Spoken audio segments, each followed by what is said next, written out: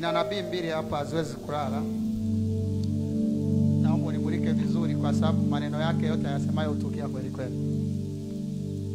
Jambo la kwanza na ambalo lipo kuanzia mwezi wa 5 hadi wa 11, kutakuwa na vikundi vya kigaidi vinavyoshambulia makanisa na wachungaji. Makanisa, narudia tena na utayaona haya. Ninaposema hivi maana yake najaribu nitatoa sababu za kusema itatokea. Makanisa yatashambuliwa kati ya mwezi wa 5 huu mpaka wa 11, mpaka tunakuja kuvuka mambo ya uchaguzi. Kutakuwa na changamoto ya makanisa kuchomwa, matukio ya kiarifu makanisani. Sio, umenielewa? Yatatokea. Lakini pia kutakuwa na matukio ya watumishi kushambuliwa, na kama wengine watakuwa na tahadhari, kutakuwa na ambao watauawa kabisa. Wanauawa na watu fulani. Ni makundi ya kigaidi. Yaani kabisa kuna watu Mungu amenionyesha wameshaingia Tanzania, wako kwenye mission ya kuhakikisha wana dili na makanisa. Labda niseme tu kwa uwazi bila kuzunguka, uchaguzi wa mwaka huu kanisa ndo lina maamuzi ya mwisho. Kanisa, the church. Kwa hiyo shetani ameshajua kwenye upande wa rohoni vita imeshaisha. Hakuna kafara inayotosha kuokoa watu wasipoteze. Ila kuna watu sasa wametoka kabisa, wengine nje, wengine wa ndani, kwa ajili ya kushambulia makanisa. Kushambulia makanisa, kuchoma makanisa, kushambulia wachungaji wa maparoko, watu gani, maaskofu. Kwa hiyo kama unanisikia na wewe ni mtumishi wa Mungu, sio kasema mimi nimekaa kimya, tena wewe ndo wanakutafuta, kwa sababu una pia wakutetea, hujulikani kokote. Wewe unakufa kimya kimya kama wafuasi wa Kibwetere. Kwa hiyo wachungaji, maparoko, maaskofu, ikiwa unaamini Mungu anasema, nakupa tahadhari, anza kuishi maisha fulani hivi ya kutoamini yeyote.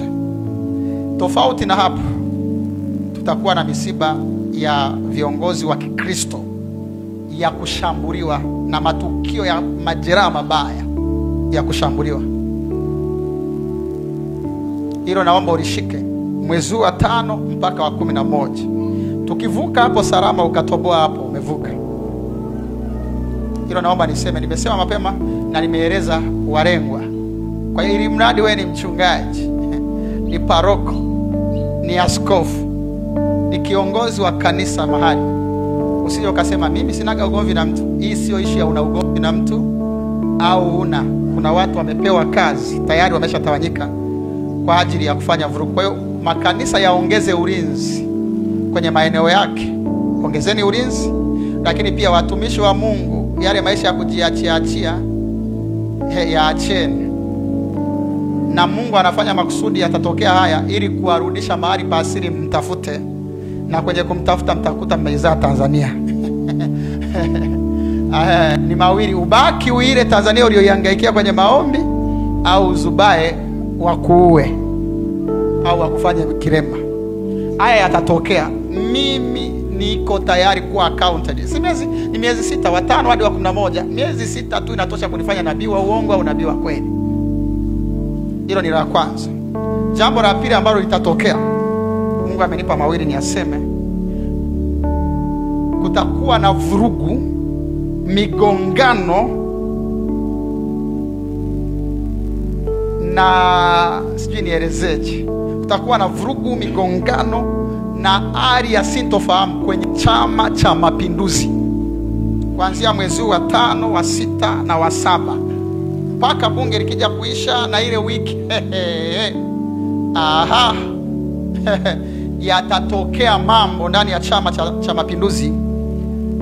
Watu waliokuwa wamekaa kimya, mwezi wa 3 tarehe 5 nilitoa unabii nikasema kutakuwa na pembe zitaanza kutoboa kuta za Yeriko. Wakati nilitumia neno la star kidogo, nikasema Yeriko ni CCM. Kwa hiyo 5, 6, 7 CCM inapaswa kujishikilia. Yatatokea na hakuna wa kuyazuia. Ndio bahati mbaya sasa. Yaani mtalionja lile joto lenyewe.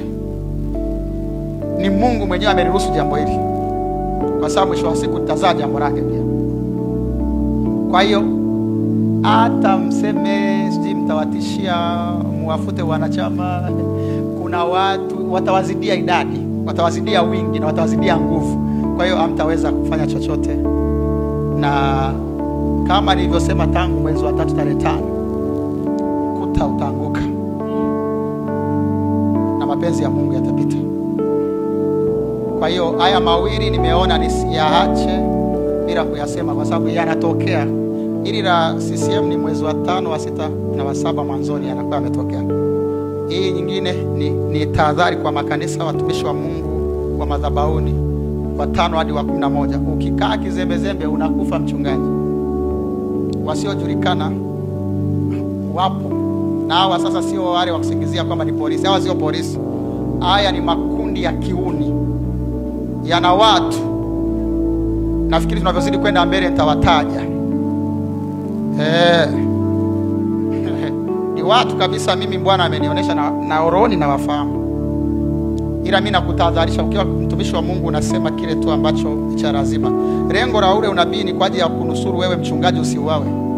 Paroko usiuawe. Chukua tahadhari kuliko kawaida. Mizunguko yenu kwenda kanisani na kurudi, mnavyohudumia watu, kila kitu unapaswa kuwa makini kwa sababu maisha yenu au yetu yako hatarini. Mungu awabariki.